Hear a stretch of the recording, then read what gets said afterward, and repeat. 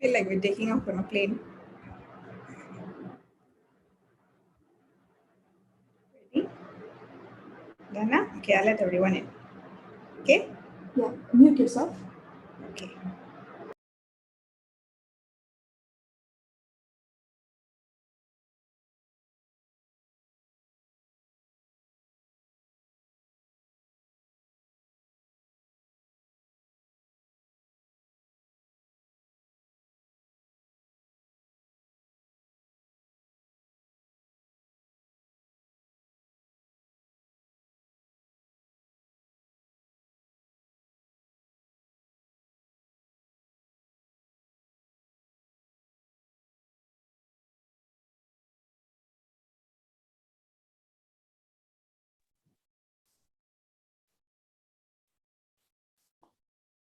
Hari Om,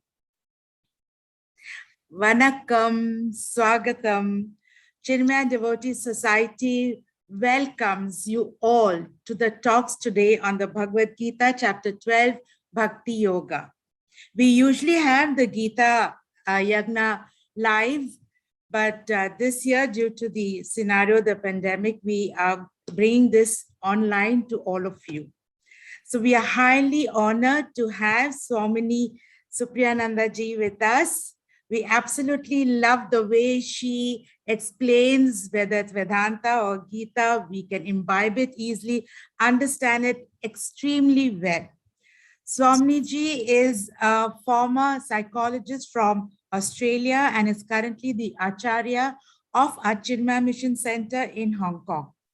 As a teen, Swamiji came across the teachings and works of our Pujya Gurudev, Swami Chinmaya ji, and in our Gurudev's teachings, she found all that she was seeking.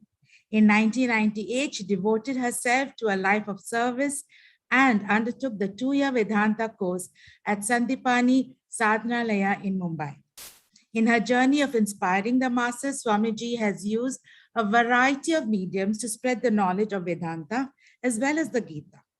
She is the founder of a bite-sized podcast called Thinking About It and a popular Instagram account filled with inspiration. Do check it out, please. She is also the author of the highly acclaimed children's books, the Chinmaya Balakatha series. Swamiji's contribution to expanding Bala Vihar and the tiny toddler Shishu Vihar globally has been phenomenal.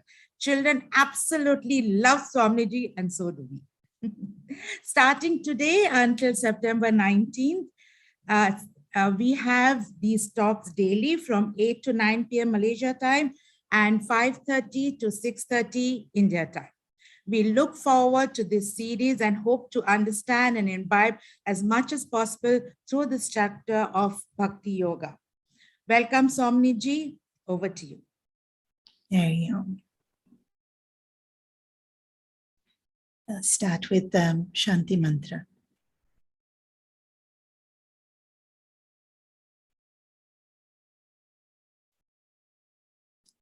Om.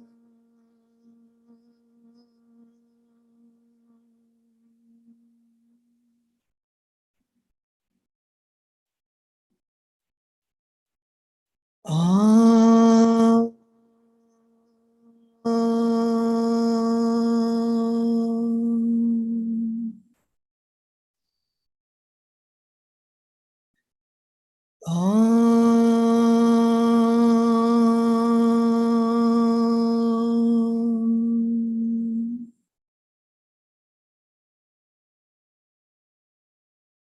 Om Sahana Vavatu Sahano Bhunaktu Sahaviryam Karavavahai Tejasvinavaditamastu ma vidvishavahai. Om Shanti Shanti Shanti. Guru Brahma Guru Vishnu Guru Deva Maheshwaraha Gurureva Param Brahma Tasmai Shri Gurave Namaha.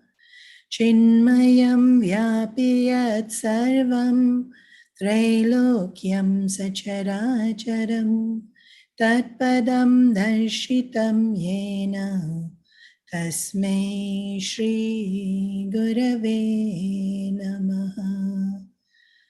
Om Shri Chinmaya Sadgurave Namaha. Om Shri Chinmaya Sadgurave Namaha. Om Shri Chinmaya Sadgurave Namaha. Vasudeva Sutam Devam Kamsa Chanuramartanam Devaki Paramanandam Krishnam Vande Jagadgurum. Krishnam Vande Jagadgurum.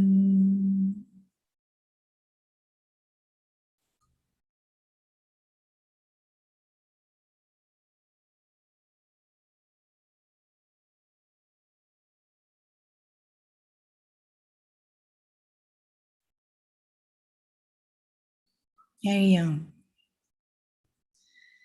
It's nice to be able to come to KL without going through immigration and customs, but I do miss seeing all your faces. Yeah. It's so much nicer to see your faces while talking. So many moons ago, we started with chapter 1, and we have progressively been doing either one chapter or two chapters of the Bhagavad Gita through the years.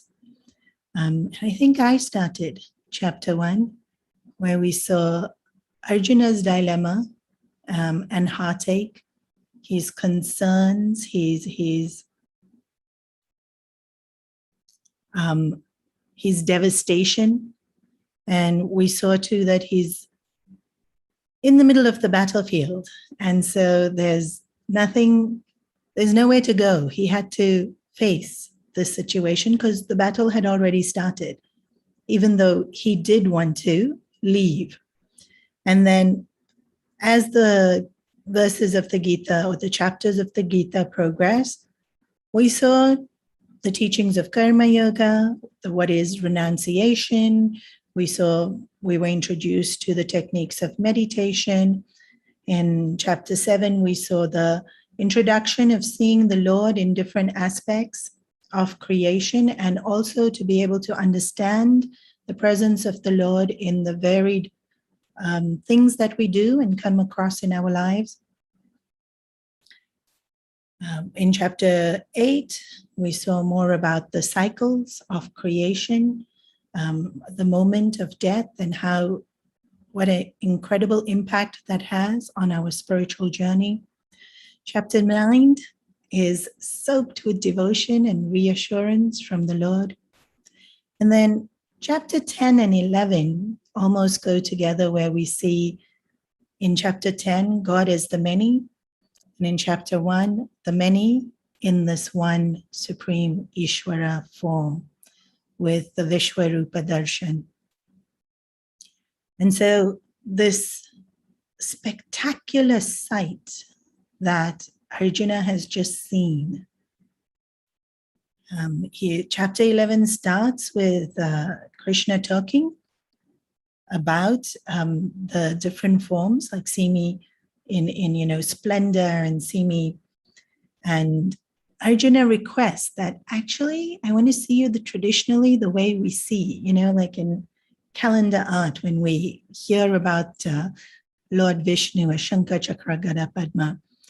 And the Lord, with so much compassion, gives Arjuna Divya Chakshu, the divine vision, so that he can behold this cosmic form.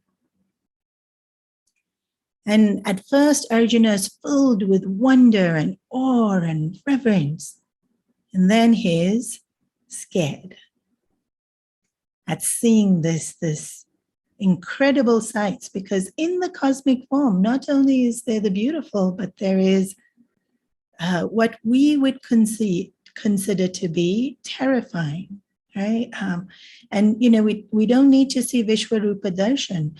If you stand in the typhoon outside, not in the comfort of your own, it's very scary. And God bless, may we never be standing to watch a tsunami, but it would be horrendously frightening. And so, yet at the same time, magnificently beautiful and incredible to behold the power and the enormity of these kind of events. And so Arjuna asked Krishna to withdraw that vision. And in this last bit of chapter 11, Krishna is guiding Arjuna that in whichever way you behold the divine, the most important thing to do is to turn our attention in focus to that. And we're just going to read the last verse of chapter 11 because it directly connects with the first verse of chapter 12. So in chapter 11, he says, Mat karma krit, mat paramo, mat bhakti sangraha parjitaha. So do all your actions, mat karma krit, for my sake, for Krishna's sake. And look upon me, Sri Krishna, as the Supreme. Stay continuously devoted to me. And when we do this, after the mind has been freed from attachments, we attain that Lord. So remember, Krishna saw the Lord, was in awe of this form, but then almost flinched and stepped back and couldn't quite accept the magnificence of the Lord. And so they'd feel, they would feel this, there would be this sense of, I didn't get it. I missed it. I missed out. Or, if I couldn't take it now, will I ever get it? And so here the reassurance being given by Krishna. And in these few chapters, we really see this incredible compassion and love for Krishna, because here there's constant reassurance. And people have mentioned to me, I myself have not met Pujya Gurudev Swami Chinmayananda, but when people have met him, I always ask them to tell me their experience. And quite a few of them have told me that when he would look at them, they felt so incredibly overwhelmed that they couldn't meet his gaze. And one person even said it wasn't like he was scary, it was just that there was so much love in his eyes, and I've never seen anyone look at me with so much love that I couldn't look. And every time I'd walk away, I'd think to myself, why didn't I look? I'm so privileged to have been in front of Gurudev and to be able to receive that love from him directly and personally and in such a wonderful, privileged way. And why can't I look? And would bow to themselves that the next time they go, they would make sure they were able to be brave enough and look up at him. And with this particular person, she said, the next time he'd looked at her, and sometimes he'd even open his arms to hug her, but she'd just get so shy. And probably Arjuna was feeling a bit like that. Like, I want to, but something inside me is stopping me. And so Krishna's assurance that we just slowly keep at our spiritual journey, slowly continue to do our regular sadhanas, and we'll certainly be able to receive it. We will embrace the Lord. And so then the question arises in Arjuna's mind, and that's how chapter 12 starts. Chapter 12 starts with this question that comes up in based on what he had heard. So what has he heard? Well, in chapter 2 onwards, Sri Krishna talks about the supreme truth using words like formless, indescribable, imperishable, indestructible, and unmanifest. And from chapter 2 onwards itself, right? The minute Sri Krishna starts speaking, he starts speaking the highest. And that is the tradition in our culture. We start with the highest. And then he introduces concepts like God is compassionate and loving and forgiving. And so already there's characteristics that we associate with or identify with, relate to. And just now in chapter 11, he saw the Vishwarupa, the universal form. So there's all this talk about God being formless. And then now he has just seen a form. And so he starts with this question. Om Shri Paramatmane Namaha. Arjuna Uvacha. Evam Satata Yuktaye. Bhaktastvam paryupasate.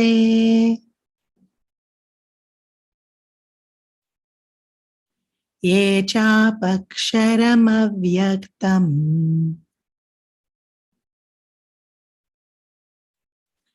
Tesham ke yoga vittama. So Arjuna asks, Evam. Evam is referring to something that was just said, right? Like in regards to. And so it's referring to something, and logically it would be the thing that had just been said. And that's why I read the last verse of chapter 11, those who worship me. So in terms of people who worship you, Bhaktastvam paryupasate.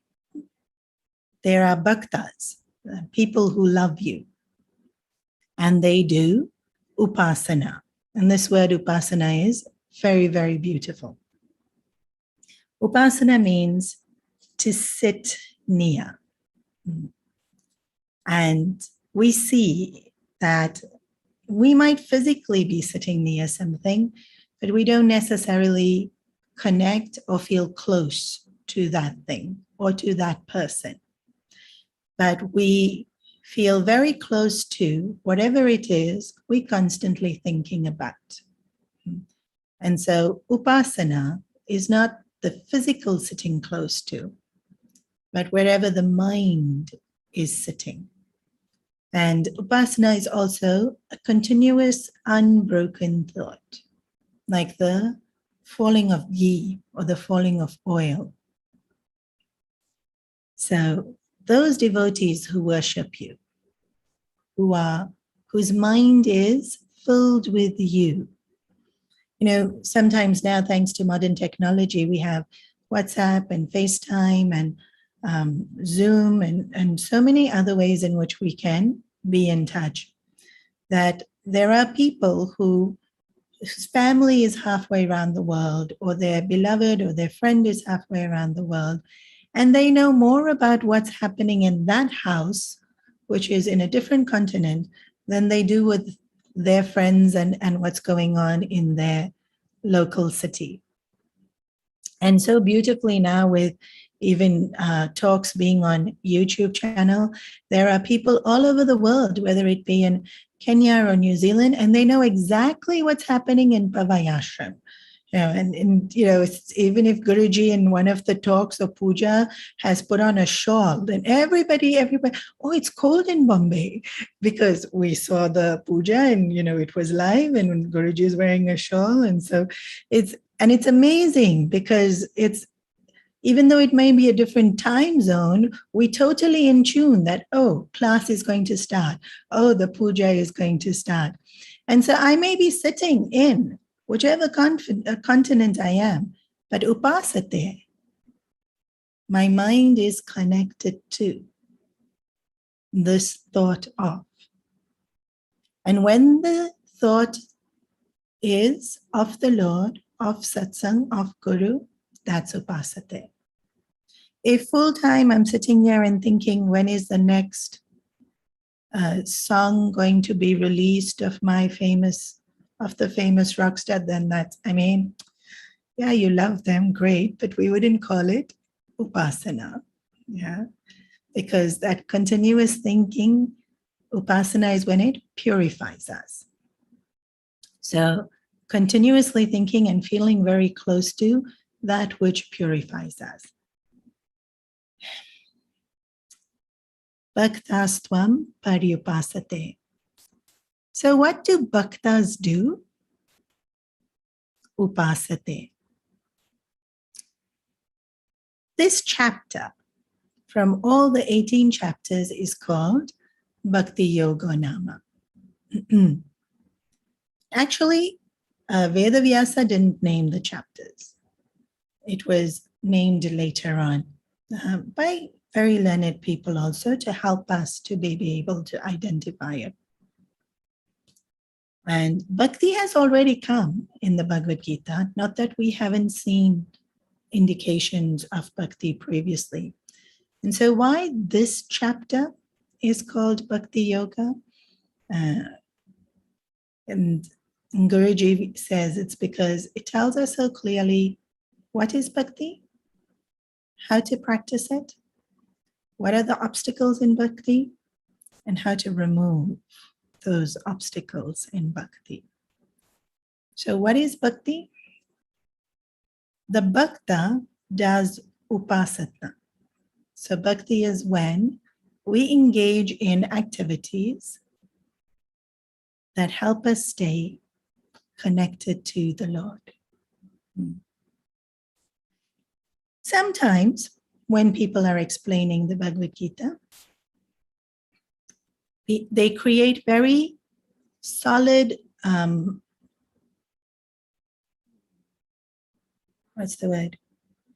segments or parts. This is Karma Yoga, this is Bhakti Yoga, this is Jnana Yoga.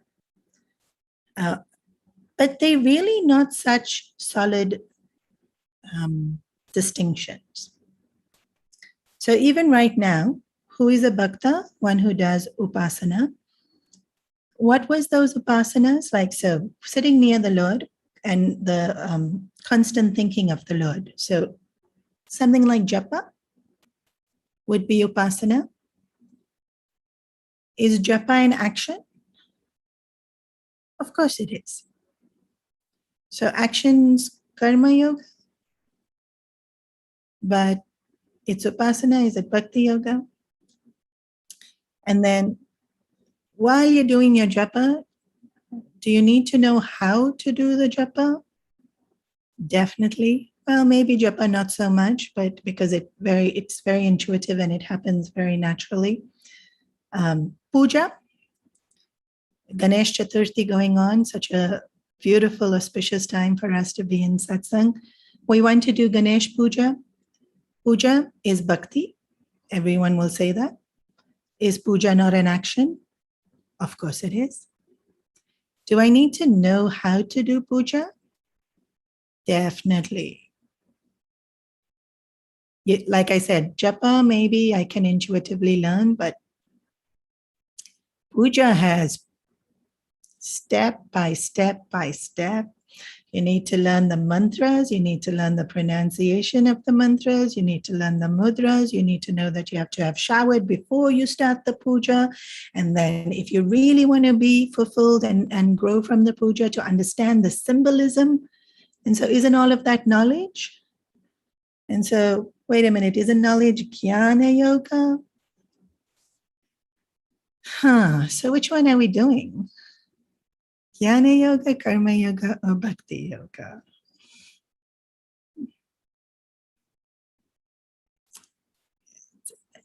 You know, spirituality is to get us to oneness. Why would we spend so much time in creating differences? when the goal of spirituality is oneness. And so it's not so much about the parts are different and separate, and one is better and one's not better. And, different personalities will be suited to different things. Sure, different personalities will definitely be suited to different things, but it's actually speaking, it's just packaging. Puja is bhakti yoga is one packaging. Karma yoga is one packaging. Jnana is, you're getting the same thing inside. It's reaching the same goal. Thank goodness, right? Because remember, I said spirituality is about oneness and reaching that one divine truth. So, upasate. What do bhaktas do? They do whatever it takes to help them be close to the Lord. Ye chapshavaksharam avyaktam. And then the form of the Lord has also been described as aksharam and avyaktam. Aksharam, indestructible. Avyaktam, unmanifest. And so here we have the idea of puja and japa in the Lord with a form. And then we have meditate, like we were told in chapter 6, on this beyond form and the very consciousness behind our thought. And so Arjuna asks now, Ke yoga vitta uttamaha. What is, in yoga, uttamaha? Uttamaha means highest. So, which technique will help me best attain yoga? That's the question. Sometimes people oversimplify the question and say which is better, saguna and nirguna. Sometimes people even slightly misinterpret the question and say which is better, bhakti yoga or jnana yoga. But that's not what's being said. And sure, we can stretch and we can understand, but that's why I very deliberately said that the paths are not so separate. You have to have knowledge to be able to do things. And you have to have the love for that action to have beauty and have significance to us. And so in Pujya Gurudev's BMI chart, we have body, mind, intellect, and we have all three. All of us have body, all of us have mind, all of us have intellect. And even if one is slightly overdeveloped than the other, or if we prefer operating from one to the other, we still have all three.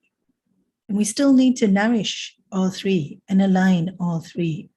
And so the question is not which is better.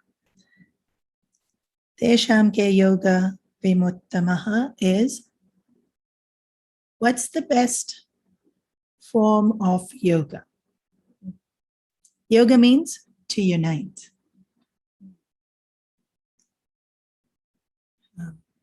How can I best unite to the Lord? This is a lovely question. And probably Krishna's thinking to himself, finally, Arjuna's asking nice questions, not just can I run away from the battlefield? No, he was asking nice questions earlier also. But what is the best form of yoga? And so here too, when he's asking what is the best form of yoga, we can see that the goal now is yoga, to be united with the Lord. And so this too is evolution of a student.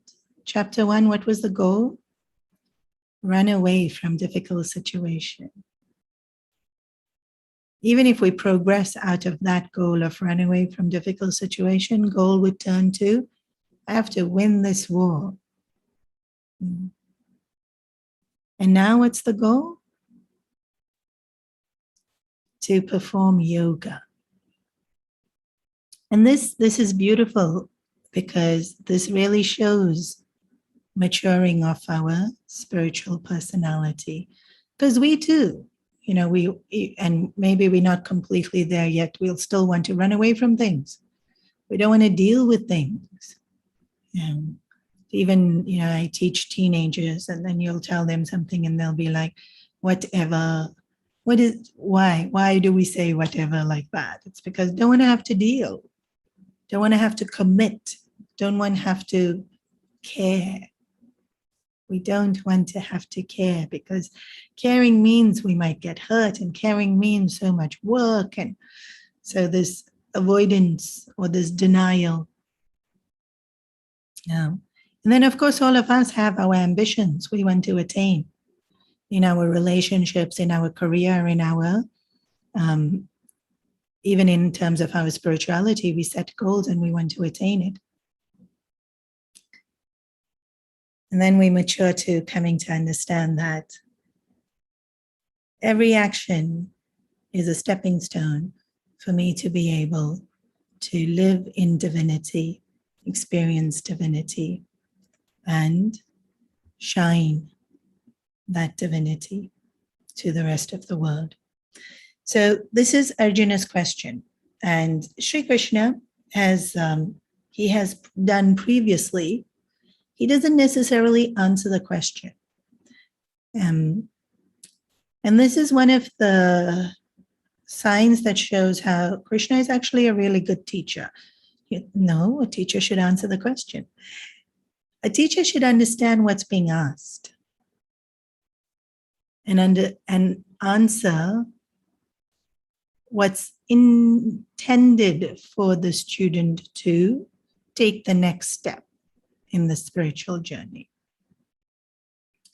And so very often, Krishna transcends the question. And so these few verses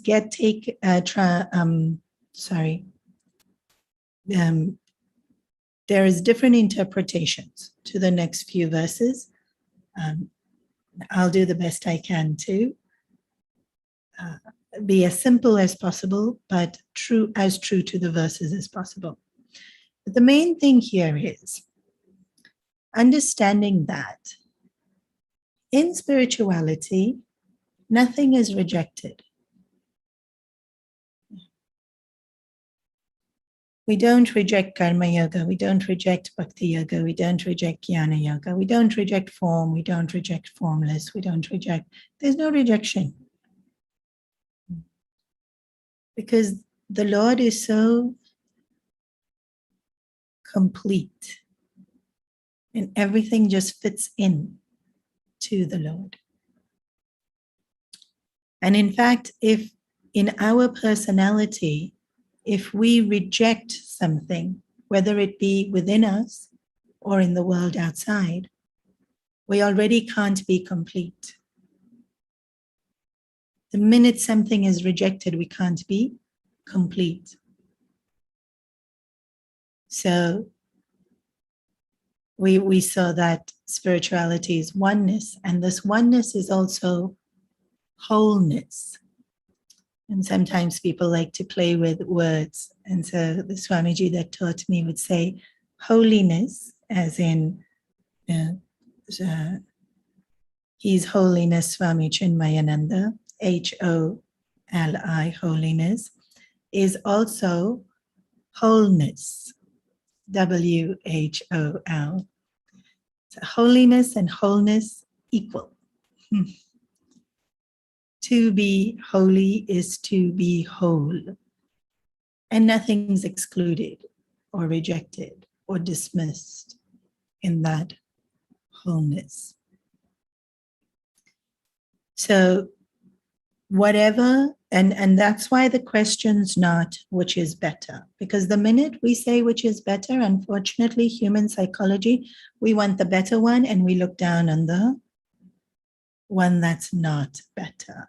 And just this very natural thing we do as humans, which is actually so unnecessary, because better will be from a point of view, not as a truth.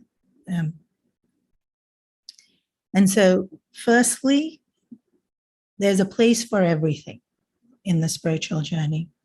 And secondly, what he asked for was, what's the best yoga?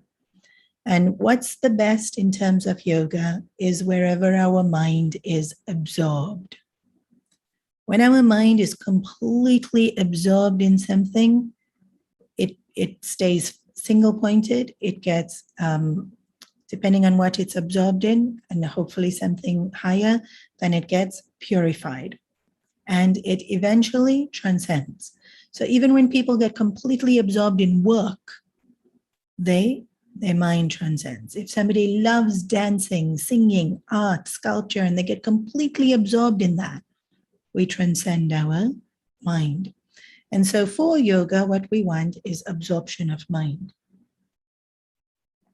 And so there's a cute story that I heard, that somebody from the village went in search for a guru, found their guru and said, "Can you teach me to meditate?"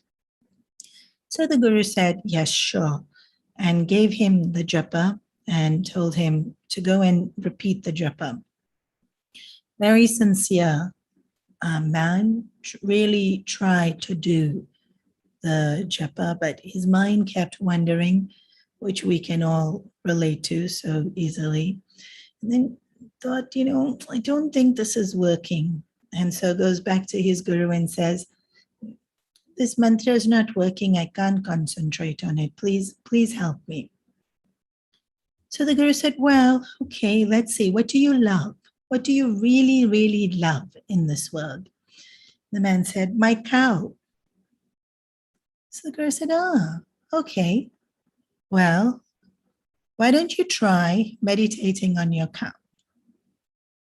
So off he went, and Guru was wondering how he's doing because he hasn't seen him in a day or two. 3 days pass, no sign of this new young disciple who's meditating on his cow. So Guru goes over to his room and knocks on the door, and no answer. Knocks louder on the door, and then there's this muffled kind of sound that comes. And Guru says, "Are you in there? What are you doing?" And then this very soft voice says, "Meditating." And Guru says, "Well, come out. I need to give you more instructions, And the voice from in the room says, "I don't know if I can." "Why? Why can't you come out? Have you hurt yourself? Has your leg fallen asleep? What's wrong?" And he replied, "I don't think my horns will fit through the door."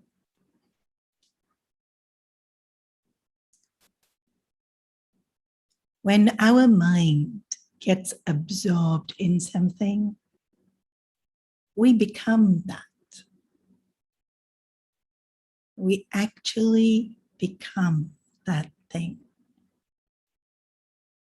And, we see it also. We see people who get absorbed in some kind of art form, and we can see it in their gestures or their personality. And people who get so absorbed in a science or a philosophy, and then all their jokes are about that only. Like you can be talking about anything under the planet and they'll bring it back to that topic only. So, what is yoga? When we're able to unite, merge with, become. There's no more separateness. We absorb. So Arjuna's question is, what will help me absorb our mind? What will help us absorb our mind? To worship the Lord with a form or without a form? And Krishna very beautifully answers. We can chant verse number 2.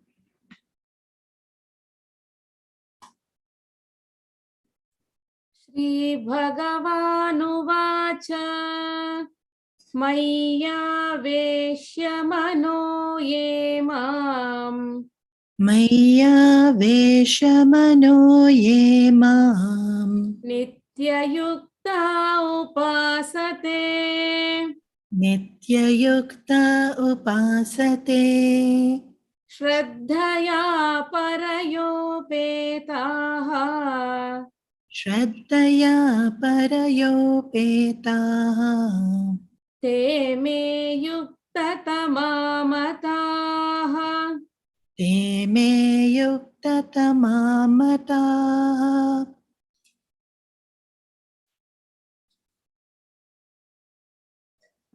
So some people will say that this verse is specific to Saguna Upasana. Sorry, I didn't define that word. Saguna means with qualities. So Krishna is a form with his peacock feather, his curly hair, his flute, Shiva with the snake, that form. Or even if it's not a distinct form with Krishna, Shiva, Ganesha, Hanuman, even if we think of just as a God, but that God is kind and loving and caring, those are descriptions. The minute we add any kind of descriptions to the Lord, it's Saguna. And there can be a lot of descriptions, like Shiva with the snake and the Ganga and the moon and the Vibhuti and the Rudra and the blue neck. Or it can be very little description, like the Shivling. But both are considered Saguna Upasana. Nir means no. Guna means characteristics. So no qualities, no form, no description. So some people say because Krishna is going to talk in the next verse about specifically Nirguna, this verse is specifically Saguna. Other people say, no, in this verse, what he's saying is properties or characteristics or techniques that we need to use. And so we need these techniques, whether it's Saguna or Nirguna. Now, actually, it doesn't matter whether it's specifically for Saguna or Nirguna, but very correctly, it matters that we practice it in everything that we do. I was thinking about chapter 12 as I was preparing for this yagna, and so much of chapter 12 are qualifications that we need as seekers. And so it can be called qualification yoga in addition to bhakti yoga. These are the first three qualifications that we need. Mayeva, Maya Veshya Mano Yemam, to fix your mind in me, absorb the mind in me, keep the mind completely connected to me. And so this is true. Whether it's Nirguna or Sarguna, I need to keep my mind completely absorbed. And so in fact, if somebody says, one is better, let's say somebody says Nirguna is better, and they're trying to meditate on the formless, and their mind is here, there, everywhere. And somebody else who really loves this form of Lord Ganesha and is sweetly doing the puja, thinking of nothing other than this adorable form of the Lord, that person's mind is absorbed. And so they doing yoga. Or somebody who's doing puja and is like so busy thinking so many things to do, and this is so stressful, and did they buy the milk, and is the flowers fresh, and they're not really thinking about the Lord. And somebody else is sitting quietly and just lost in how beautifully consciousness just is pervading every thought. And so if the mind is absorbed, they're in yoga, whichever technique they're using. Somebody else who's massaging their parents because they're in a bit of discomfort, and the mind is completely filled with that love and gratitude to their parents, something higher. That's yoga. It's wherever the mind is absorbed. And so this first qualification of fixing the mind on me, Maya Veshya Mano Yemam. Second qualification, Nitya Yukta Upasate. The upasana has to be continuous. Nitya. Not that I practice 2 days, stop for 2 weeks, start, do another 3-4 days, go on holiday, come back.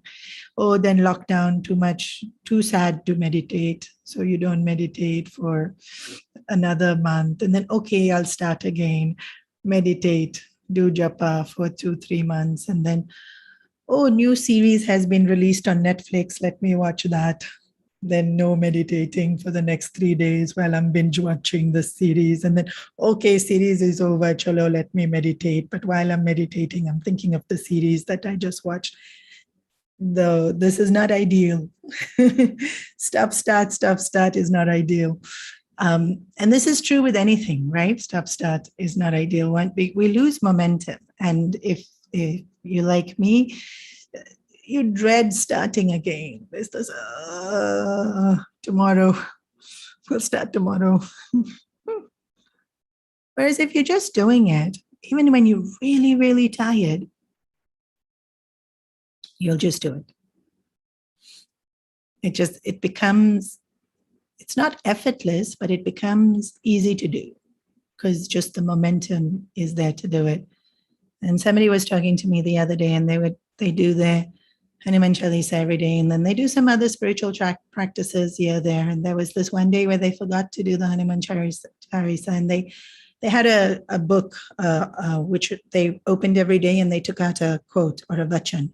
And that day when they opened to take out the vachan was on Hanumanji, and it was like, like I do it every single day and I didn't say it today, and now my book is telling me, say your Hanuman Chalisa for today. And that's what happens when we regular. When we regular and consistent, things conspire to help us to maintain our consistency and our sincerity and our regularity. But when we very, copy paste or not, when we a little bit distracted or a lot distracted, then even though things are conspiring to help us, we may not get the point. Sometimes it's not so obvious when things are conspiring to help us. So consistency. Now again, saguna, nirguna, consistency is incredibly important. Consistency is so powerful. I love this example. A drop of water falling consistently can break an entire rock. Or sometimes in Indian railway station, break the concrete. Yeah, and it's just that one drop that just falls. Shraddhaya parayopetaha. With faith. So we absorb the mind on this higher. We do it consistently and with faith.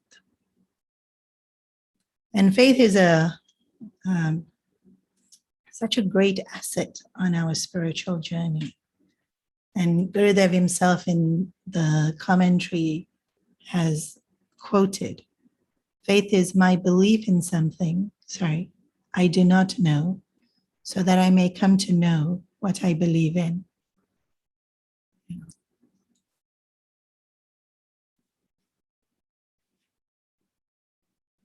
Faith is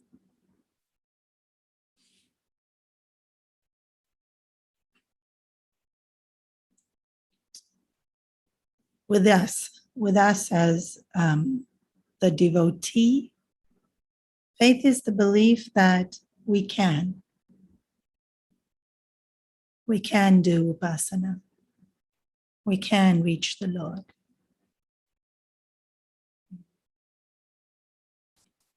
And it's I don't feel divine. Actually, thank God nobody can see my thoughts because they're so ugly and so,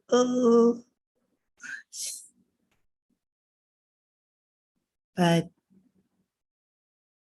the Gita says I'm divine, so I must be.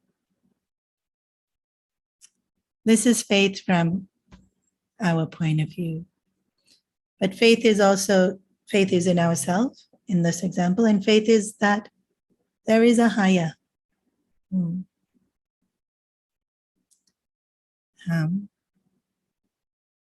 In Hong Kong ashram, we have someone that comes to help clean up. And I always check with them because I remember one person came and they said they're Christian and so they'll clean everywhere else, but they won't clean near the altar. So now that's one of my first questions that I ask when people come in, if they're comfortable. The person who currently comes, she said, I don't know who God is, but there is one. It's such a simple, honest, innocent answer. And that's all faith. Right? I don't know who this God is, but there is one. Don't know what he looks like or she looks like. Don't know what they're doing even. Not sure if they know I exist, but I know it exists. Even if my mind can't completely comprehend what it is. Faith.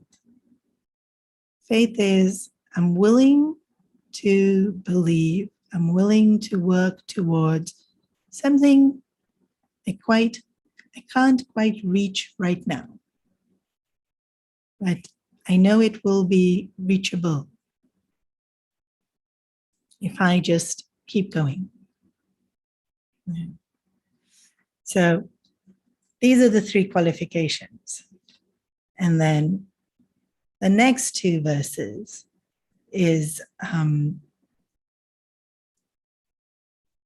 what, as I mentioned, more specifically about nirguna. So we'll chant those 2 together. Ye tvaksharamanirdesyam Ye tvaksharamanirdesyam avyaktam paryupasate avyaktam paryupasate sarvatra gamachintyam cha sarvatra gamachintyam cha kutasthamachalam dhruvam kutastam achalam dhruvam sanniyamyendriyagramam sanniyam indriyagramam sarvatra samabuddhayaha sarvatra samabuddhayaha te prapnuvanti mameva te prapnuvanti mameva sarvabhutahite rataha. sarvabhutahite rataha. So this verse number 3 is straight out of Upanishad. It's describing this formless truth, which we would say is Brahman, transcends everything, desha and kala and time and space. So here the words are aksharam, imperishable, anirdesham, it cannot be defined, it cannot be put into one word, it cannot be limited, even by our definitions. Avyakta, we can't see it, say, taste it, hear it, touch it. It's beyond our perception.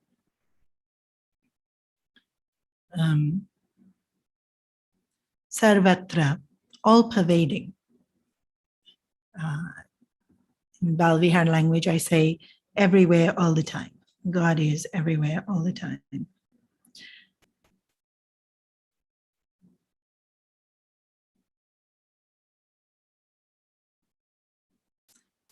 Kutastam, does not change. And everything else we know in the world is constantly changing. Achalam, steady, still, immovable. And dhruvam, eternal. So each one of these words is a class in themselves. And each one of these words, it's not so much that we have to speak on them, it's that we meditate on them. And unfortunately, time won't permit me to go into them too much, but Pujya Gurudev's commentary on this is so incredibly beautiful. So please, please do read Pujya Gurudev's commentary. And for those of you who don't already have Gurudev's Bhagavad Gita, there's an online version that you can download free of charge. And KL Ashram has recently done an incredible quiz and has made the Gita available to people. And of course, even now, if you want to drive in and get one, I'm sure they'll arrange that for you. But Gurudev's commentary is, it's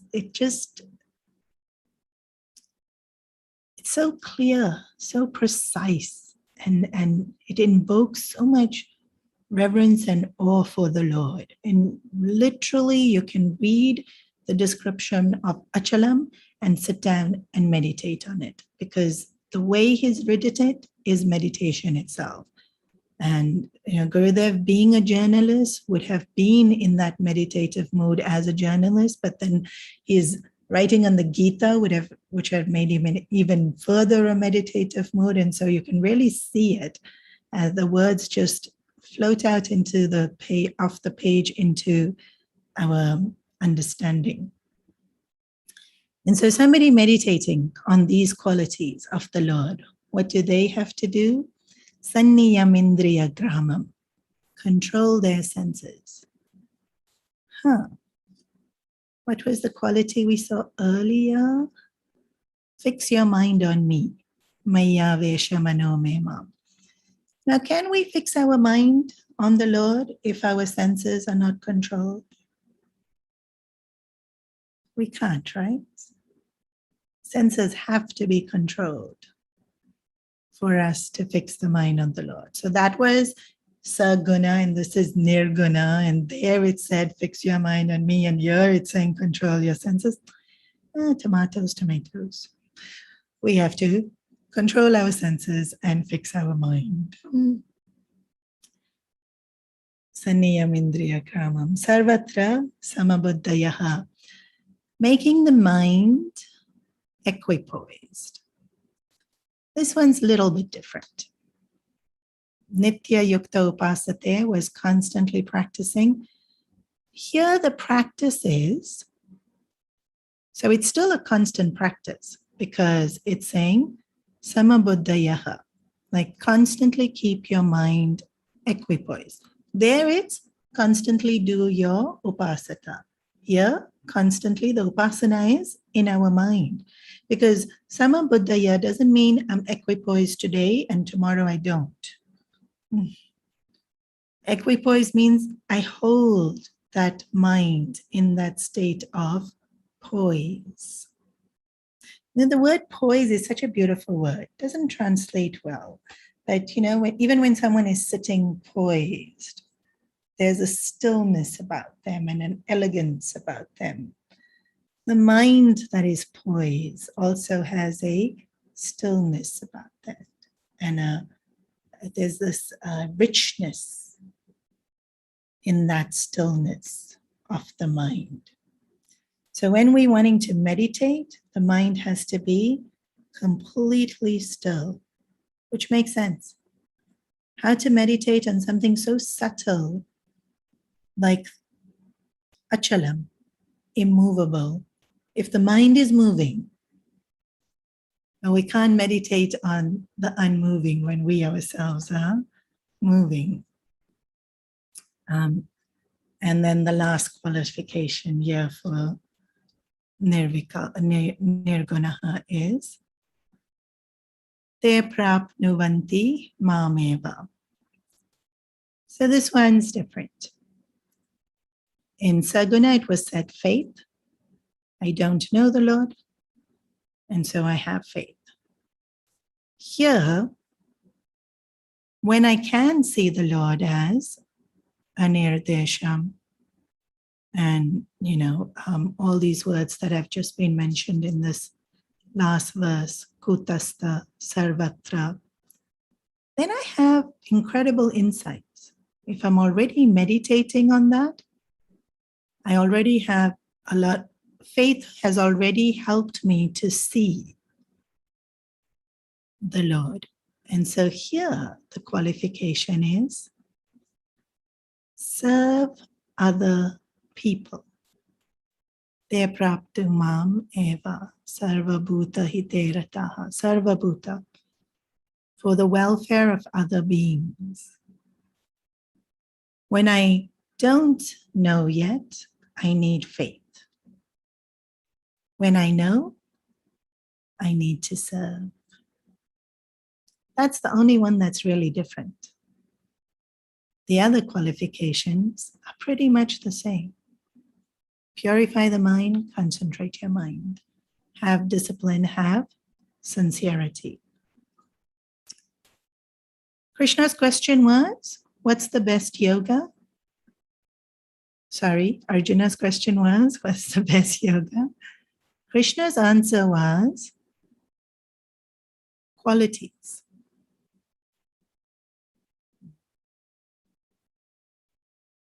When we prepare our mind and have these qualities, we can do yoga. Otherwise, it doesn't matter what the action is, and doesn't matter what the altar of worship is, it's not yoga. Because remember, yoga is absorption. And, it's really, it's the energy we spend in comparing which is better and trying to be better is wasted. The energy we spend in trying to make our minds better in all these qualities bears fruit in terms of our spiritual journey. So there's this nice incident I had heard of. There was a king, and in his court, there were dancers and there were singers and there were jugglers and musicians and all the rest of it. But he'd get very bored of even all of this. Obviously, this was pre-Netflix days. So he decided, as part of his regular entertainment, he would call people from different schools of philosophy to argue. And so we have the Advaitins who say God is formless and one essential truth, and everything else is a superimposition on the substratum of consciousness. I know, very technical, big words. And then you have the Dvaitins who say God and us are separate, and we have to try very hard to love God and serve God, but we can never be God. And it is horrendous for you to even think you can be God, because how arrogant and foolish are you? And that is the Dvaitin standpoint. And so what this king would do was call an Advaitin, and he'd let them fight, and then he'd be amused by their fighting. And we all get entertained in different ways. So the Advaitin, of course, one of the things would say is, all of it is not real. Now, I say this as part of the story. Of course, we experience the world to be real. But they will say, that we get lost in all these pleasures of the world that's not real. The ice cream pleasure is fleeting, and therefore it's not real. You can eat the ice cream, but know that it's fleeting, and so know that it's not real, and want the real even though you are eating the unreal ice cream. And the Dvaitin will say, you foolish person, God gave us ice cream, enjoy the ice cream. And so like this, the debate would keep going on week after week, month after month. And then one day, everybody went out on this picnic. The king didn't want to sit in the court, entertainment. We go outside somewhere and picnic. And so they were all sitting around at the picnic when they heard some ruffling of the leaves. So everyone became a little bit cautious, listened even more carefully, because ruffling of leaves near the forest You want to know what it is. Then they heard this little, very scary, and people started running. And the Advaitin was the first to bolt. He ran so fast, the king was left far behind. So next week, they're sitting in the court. The king's on the throne. Dvaitin and Advaitin come in, and the Dvaitin says, "Did you see that, Maharaj? All year he's been saying everything's unreal, everything's unreal. And when we thought there was a tiger behind the bush, who was the first person to run? Where was his, the tiger is unreal at that point." And so the Advaitin thought he really got the Advaitin now. Now, he's embarrassed him and he's won his argument and he is victorious. The Advaitin was sitting very calm, very peaceful, and he said, "I agree. The tiger was unreal." And so the Advaitin said, "Then why did you run?" And the Advaitin replied, "Who said my running was real?" We will come up with all sorts of arguments to make whichever one we like more look better than other ones. We want our religion to be the best, our path to be the best, our skin color to be the best, our culture to be the best, our country to be the best, our family to be the best. But as spiritual seekers, we must be acutely aware that this wanting to be the best is ego. Don't listen to it. The minute ego starts comparing and putting any other thing down, background noise. Maybe we can't shut it up, but background noise. Pay no attention. Because some of our greatest saints had the simplest of lives, didn't study Sanskrit or bhashas. And then we have incredibly intelligent saints who have studied every single bhasha under the sun. Which one's better? Whatever gets us to the Lord is better. So we'll pause here for today. We'll continue tomorrow.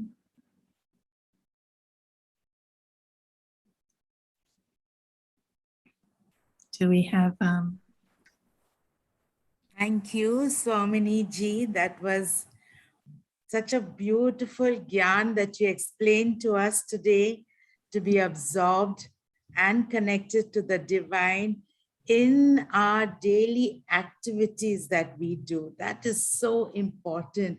When we're absorbed in him, of course, that is a beautiful upasana, a wonderful upasana to practice, because when we're absorbed in the divine, it even starts negating our negative thoughts. Yes. We do get negative thoughts in a day. Definitely.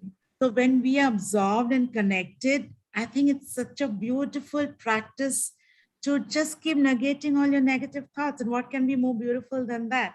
So thank you so much, Swamini ji. It's so well explained. We love it, as we love you. The way you, the way you take us through the different steps of our spiritual journey. Thank you so much. We are ever so grateful to you always. And thank you everyone for taking out the time to attend today's talk. Can we put the link for the Gita on the chat for people to see? Yeah. Can we tell them where to get a Gita if they need one? Yeah, I'll just make a few special announcements for today and then we can put that up. So we have weekly children's classes.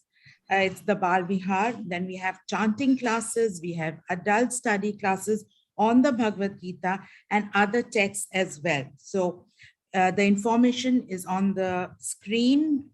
Ishwari, please put up the information on the screen. You will see it. yeah, there you go. These are the timings. These are the classes that we have.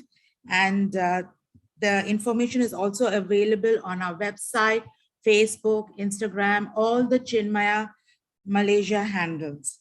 So do check it out and join us. Should you be interested, you can connect with our Chinmaya mission. The phone number also is there.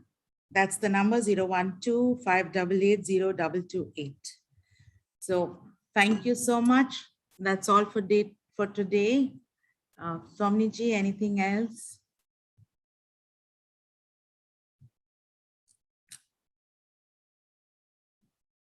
Swamini ji, you will do the closing prayers. You will do the closing prayers.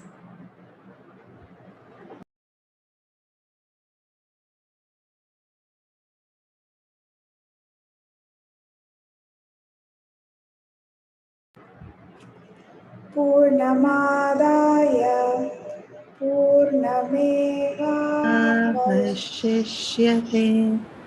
Om Shanti Shanti Shanti. Hari Om. Shri Gurubhyo Namaha. Hari Om.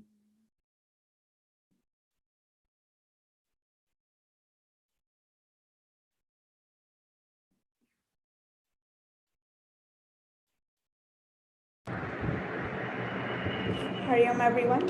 Same time tomorrow. We hope to see you on Zoom and also on YouTube. Have a good night. Please take care.